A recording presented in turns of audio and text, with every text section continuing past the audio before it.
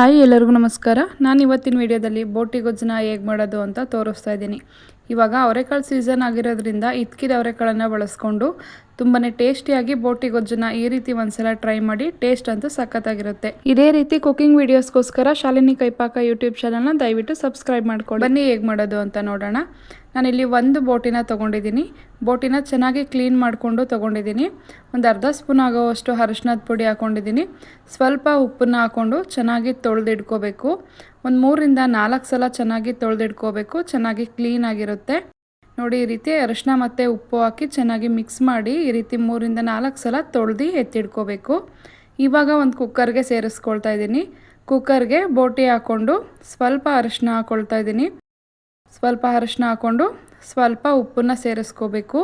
ಉಪ್ಪನ್ನು ನೋಡಿ ಹಾಕೊಳ್ಳಿ. ಇವಾಗ ಜಸ್ಟ್ ಬೇಯೋದಕ್ಕಷ್ಟೇ ಹಾಕ್ಕೊಳ್ತಾ ಇರೋದು. ಸ್ವಲ್ಪ ಉಪ್ಪು ಮತ್ತು ಸ್ವಲ್ಪ ಅರಿಶಿನ ಹಾಕ್ಕೊಂಡು ಬೋಟಿಗೆ ಬೇಯೋದಕ್ಕೆ ಬೇಕಾದಷ್ಟು ನೀರನ್ನು ಸೇರಿಸ್ಕೊಳ್ತಾ ಇದ್ದೀನಿ. ನೀವು ನೋಡಿ ನೀರನ್ನು ಸೇರಿಸ್ಕೊಳ್ಳಿ. ಬೋಟಿ ಮುಳುಗೋವಷ್ಟು ನೀರನ್ನು ಹಾಕ್ಕೊಂಡು ಲಿಡ್ ಕ್ಲೋಸ್ ಮಾಡಿ 4 ವಿಷಲ್ ಹಾಕಿಸ್ಕೊಳ್ತಾ ಇದ್ದೀನಿ. ವಿಷಲ್ ಹಾಕಿಸೋಷ್ಟರಲ್ಲಿ ಮಸಾಲಾನ ರುಬ್ಕೊಳ್ಳೋಣ.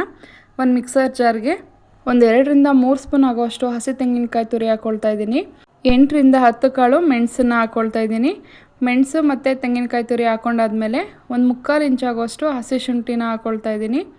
ಒಂದು 10ರಿಂದ 15 ಎಸಳು ಬೆಳ್ಳುಳ್ಳಿನ ಹಾಕ್ಕೊಂಡು, ಒಂದು ಮೀಡಿಯಮ್ ಸೈಜ್ ಟೊಮೆಟೊ, ಒಂದು ಮೀಡಿಯಮ್ ಸೈಜ್ ಈರುಳ್ಳಿನ ಹಾಕ್ಕೊಂಡು, ನೀವು ಜಾಸ್ತಿ ಕ್ವಾಂಟಿಟಿಲಿ ಮಾಡೋದಾದರೆ ಜಾಸ್ತಿ ಮಸಾಲ ಐಟಮ್ನೆಲ್ಲ ಸೇರಿಸ್ಕೊಳ್ಳಿ.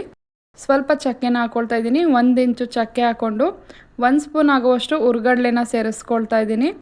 ಸ್ವಲ್ಪ ಧನಿಯಾದ ಪುಡಿ, ಅಂದರೆ ನಾನಿಲ್ಲಿ 1 ಸ್ಪೂನಷ್ಟು ಧನಿಯಾದ ಪುಡಿ ಹಾಕ್ಕೊಂಡು 1 ಸ್ಪೂನು ಅಥವಾ 1.5 ಸ್ಪೂನಷ್ಟು ಅಚ್ಕಾರದ ಪುಡಿನ ಹಾಕ್ಕೊಳ್ತಾ ಇದ್ದೀನಿ. ನೀವು ಖಾರ ನೋಡಿ ಸೇರಿಸ್ಕೊಳ್ಳಿ.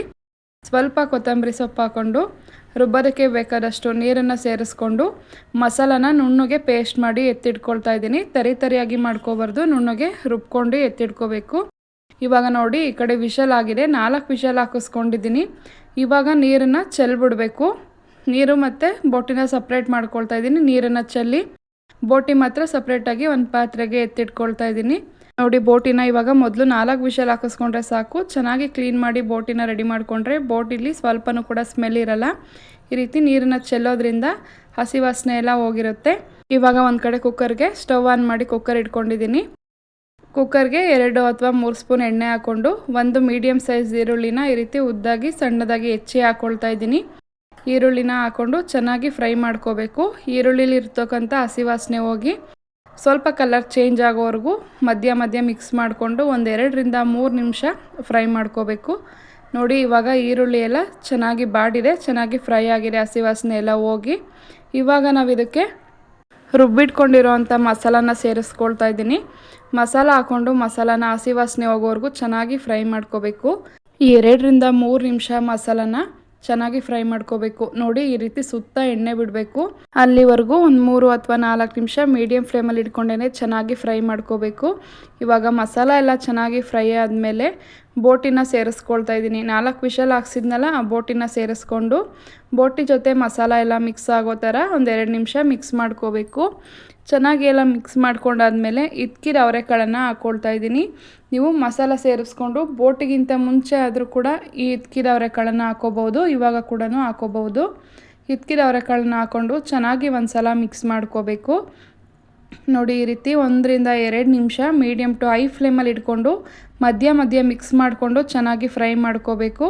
ಇದಿಷ್ಟು ಚೆನ್ನಾಗಿ ಫ್ರೈ ಆದಮೇಲೆ ಒಂದು 2ರಿಂದ 3 ನಿಮಿಷ ಫ್ರೈ ಆದಮೇಲೆ ಜಾರನ್ನ ತೊಳೆದು ಬೋಟಿ ಗೊಜ್ಜಿಗೆ ಬೇಕಾದಷ್ಟು ನೀರನ್ನು ಸೇರಿಸ್ಕೊಳ್ತಾ ಇದ್ದೀನಿ. ತುಂಬ ತೆಳುವಾಗಿ ಮಾಡ್ಕೊಳ್ಳೋದಕ್ಕೆ ಹೋಗಬಾರ್ದು, ರುಚಿ ಚೆನ್ನಾಗಿರಲ್ಲ. ಸ್ವಲ್ಪ ಗಟ್ಟಿಯಾಗಿಯೇ ಮಾಡ್ಕೋಬೇಕು.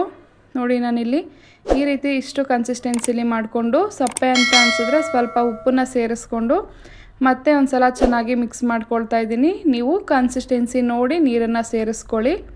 ಇವಾಗ ಒಂದು ಸಲ ಚೆನ್ನಾಗಿ ಮಿಕ್ಸ್ ಮಾಡಿಕೊಂಡ್ರೆ ಬೋಟಿ ಗೊಜ್ಜು ತುಂಬಾ ಚೆನ್ನಾಗಿ ರೆಡಿ ಆಗುತ್ತೆ. ಇವಾಗ ನೋಡಿ ಲಾಸ್ಟಲ್ಲಿ ಲಿಡ್ ಕ್ಲೋಸ್ ಮಾಡಿ 2 ಅಥವಾ 3 ವಿಷಲ್ನ ಹಾಕಿಸ್ಕೊಳ್ತಾ ಇದ್ದೀನಿ.